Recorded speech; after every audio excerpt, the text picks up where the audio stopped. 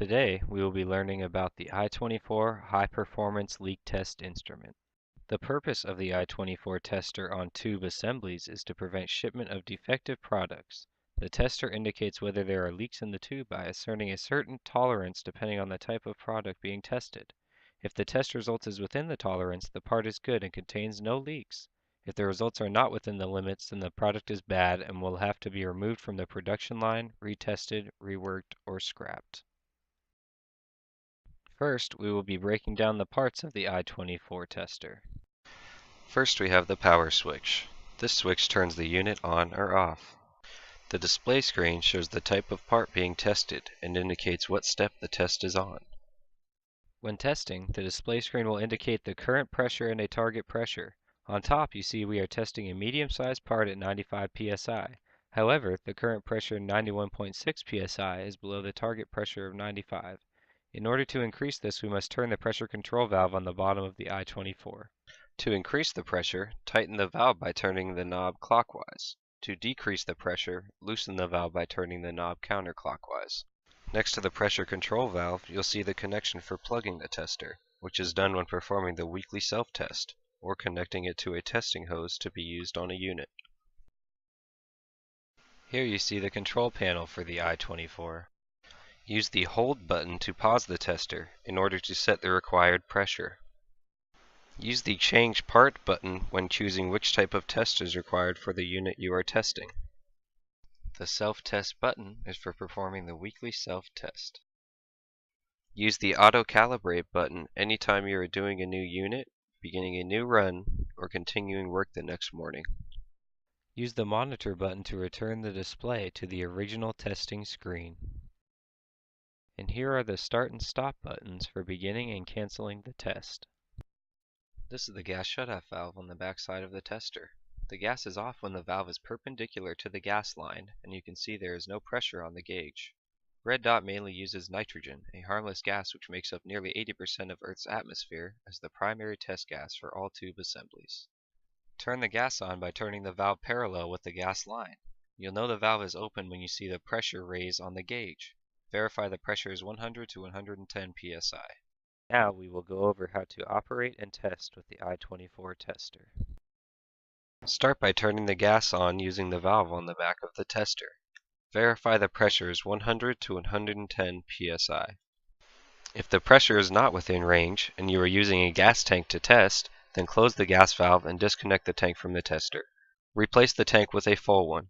If you are using a direct line to test and the pressure isn't within range, notify your lead and they will make a maintenance request if needed.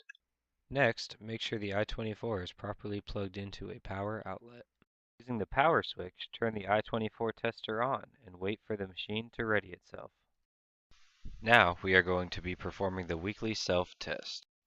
At the beginning of every week, you must self-test the I24 tester. This assures the tester itself is not leaking, so test results will be accurate. Remove the hose connector from the bottom of the I24 and replace it with the self-test plug held underneath each tester, making sure it is secured properly. In order to perform the weekly self-test, you must first press the self-test button on the control panel. Scroll down with the down arrow until you reach self-test. Press the edit button once. Press the left or right arrow once so the display changes to yes. Press enter once and then double check you have inserted the self-test plug. With the self-test prepared, press start to begin the test. Immediately after the test has begun, press the hold button to pause the test. The self-test uses 95 psi as the target pressure, so adjust the pressure using the pressure control valve on the bottom of the tester. Loosen to decrease the pressure, and tighten to increase the pressure until you have reached 95 psi. Press the hold button again to complete the test. If the self-test is a success, locate the paper alongside the tester, then date and initial it, verifying you have performed that week's test. If the test is a failure, notify your lead and they will contact the proper personnel to replace or repair the I24 tester. Hit the monitor button to return to the test screen. To finish, remove the self-test plug and place the hose connector to where the plug was previously. Make sure it is properly secured. Place the self-test cap back underneath the unit. Now we are going to learn about auto-calibrating and testing units with the I24. Before testing any units, double-check that the weekly self-test has been completed and the accompanying paper has been dated and initialed. Anytime you are testing a new unit, beginning a run, or continuing work the next morning, the tester must be auto-calibrated to assure accurate test results. In order to do this, choose the correct type of test required for the unit using the Change Part button. Hold the Change Part button, then use the arrow keys to scroll to a specific test setting for the unit, or enter Part 1 and scroll back through all of the parts until you reach the test you need. If you are unsure what test to use, refer to the corresponding method sheet or blueprint for that unit. If you are still unsure, ask your lead to verify what test to use. Begin by locating the proper testing clamp for the unit you are going to test. Connect the testing clamp to the testing hose and then properly secure that to the unit. In this example, the pressure is too low at 91.6 psi, while the target is 95 psi. Tighten the pressure control valve until it reaches the target 95 psi. If the pressure was above the target, simply loosen the control valve to lower the pressure to the desired amount. Once you have reached the target pressure, press stop to release the pressure. Once the pressure has released, press the Auto Calibrate button to prepare the test. Then, press the Start button to begin. You'll know you are auto-calibrating when the Auto Calibrate symbol on the display is illuminated. Allow the auto-calibration to finish. If the test is a success, the unit is good and can be used in production. If the test is a failure, the product is bad and must be removed from the production line to be retested, reworked, or scrapped. Whenever you are finished testing, remember to turn off the power to the I24 tester using the power switch, and shut off the gas by returning the valve to the perpendicular position. Here are the operation guidelines for using the I24 when testing a product. The I24 tester is a very accurate but sensitive test instrument. Care should be taken to ensure a stable environment for test purposes. The test results are displayed in cubic centimeters and may vary widely from the normal range. This variance is almost always due to a fluctuation in temperature. To assure proper test readings, the parts must be fully cooled and at room temperature. If the parts are still warm to the touch, allow them to cool while preparing what else you can for your step. Air movement and temperature are the main variables in the test. Make sure there are no cold breezes from open doors, heaters, fans, or air conditioners blowing air on parts, and no air tool exhaust. Even heat from your hand can affect the test. Make sure not to touch the testing clamps, as moving or bumping the unit during the test cycle can disrupt the test results. Placing the test part in an enclosure or covering will greatly reduce air movement and produce more consistent results. Sometimes a part fails and the screen displays the error message "Severe leak," meaning a large leak should be present. The escaping air from severe leaks should be audible when near the unit. First, check the testing clamps in the part for any noticeable leaks. Make sure every fitting is torqued to the right amount according to the method sheet or blueprint. Then, verify the gas is turned on with proper pressure, and make sure the test pressure matches the target pressure for the part being tested.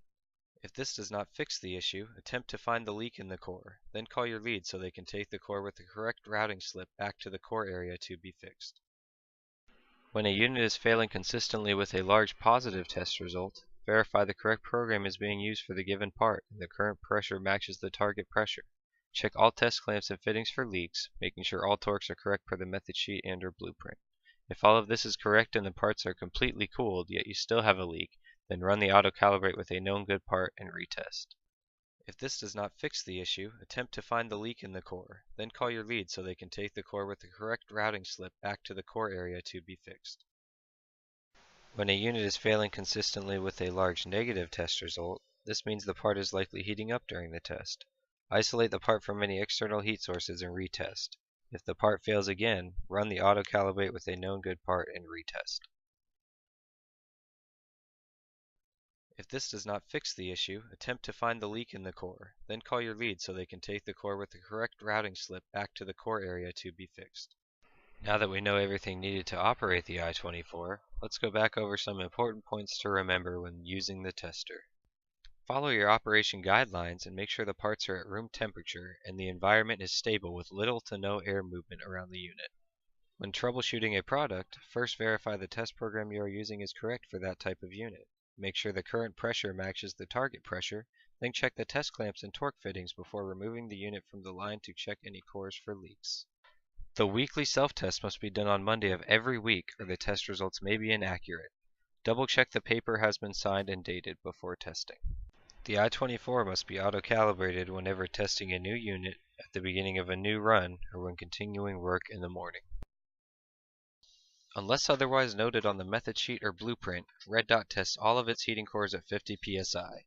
If those cores have water valves or hoses on them, they are tested at 30 psi. Red Dot's evaporators and condensers are tested at 95 psi. Whenever you are done testing, remember to always turn off the power to the tester and shut off the gas by returning the gas valve on the back of the unit to the perpendicular position. Before we're done, let's go over some evaluation criteria for the I24. Identify the operation guidelines and environmental conditions to remember when testing any unit. The parts are at room temperature. There is little to no air movement around the product. A cover or enclosure will produce more stable results. Demonstrate how to turn on and operate the I24 tester. How to check the gas is on, power is plugged in, and turning the tester on with the power switch. How to use the change part button to choose the type of test needed.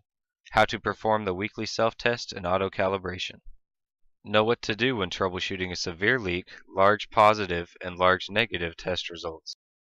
With a severe leak, check the current pressure matches the target pressure for that test. All clamps and fittings are tight, then check the core for defects. With a large positive leak, do the same as with a severe leak. With a large negative leak, allow the part to cool, or isolate it from external heat sources or from air movement with a cover or enclosure. That's all you need to know to begin operation of the I24 High Performance Leak Tester. If you have any questions, make sure to ask your lead or coworkers for guidance. Thank you for your contribution toward making Red Dot a better company, and here's to 50 more great years of service.